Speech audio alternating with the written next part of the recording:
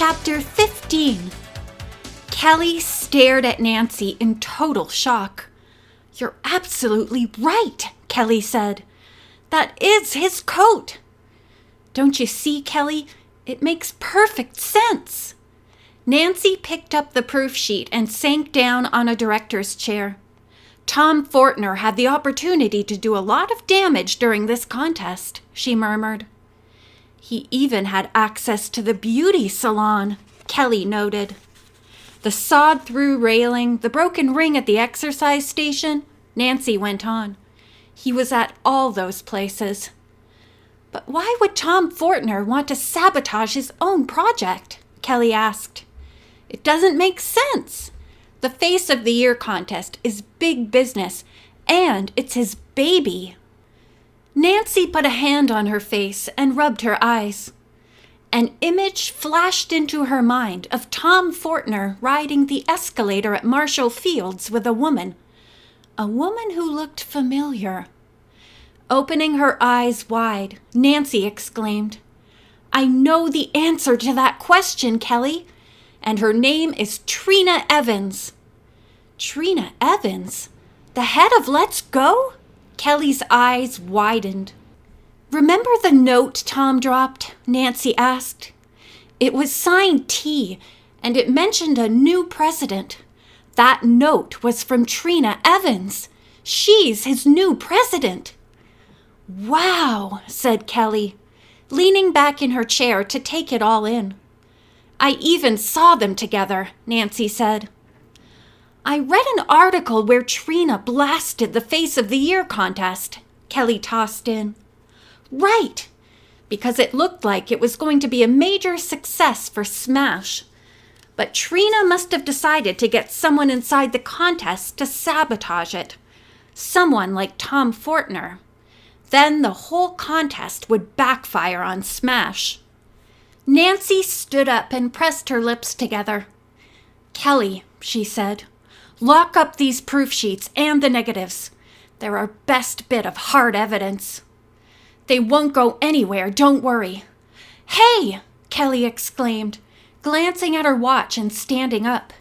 "Speaking of Smash, I've got to be over there in 10 minutes to vote," she said. "See you tonight, then," Nancy said. "It's going to be quite an evening, if I'm not mistaken." Nancy hurried back to the hotel, where she ran into Bess in the lobby. "Just think, Nancy," Bess said excitedly. "At this very moment, the judges are all up at Smash voting for the Face of the Year. I can hardly wait till tonight."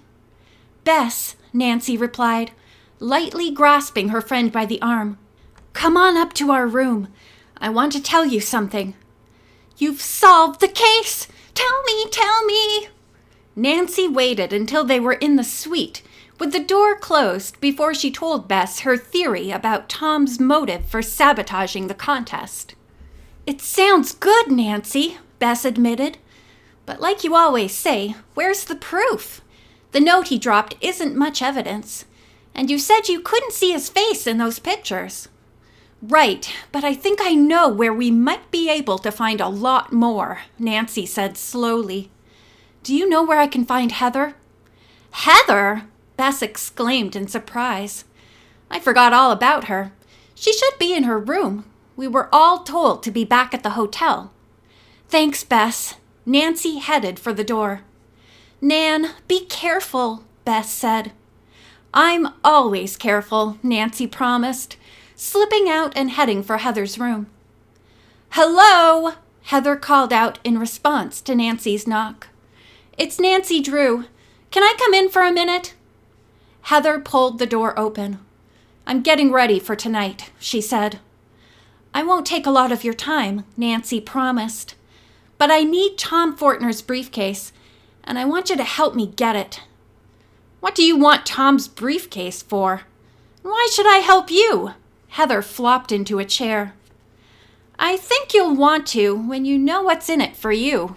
Intrigued, Heather arched one of her perfectly shaped eyebrows. "Go on," she said.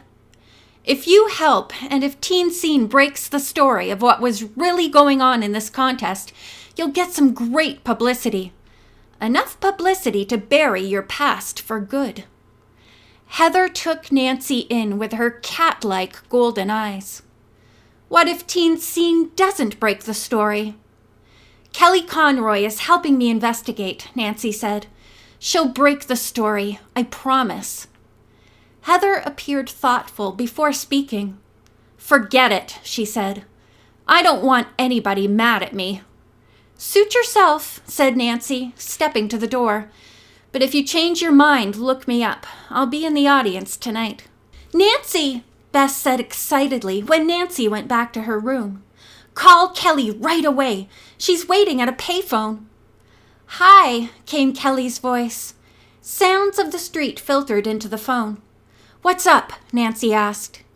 I was just up at Smash for the voting, Kelly explained. Me, Tom, Bettina, Monique, Roger Harlan, and? Nancy asked.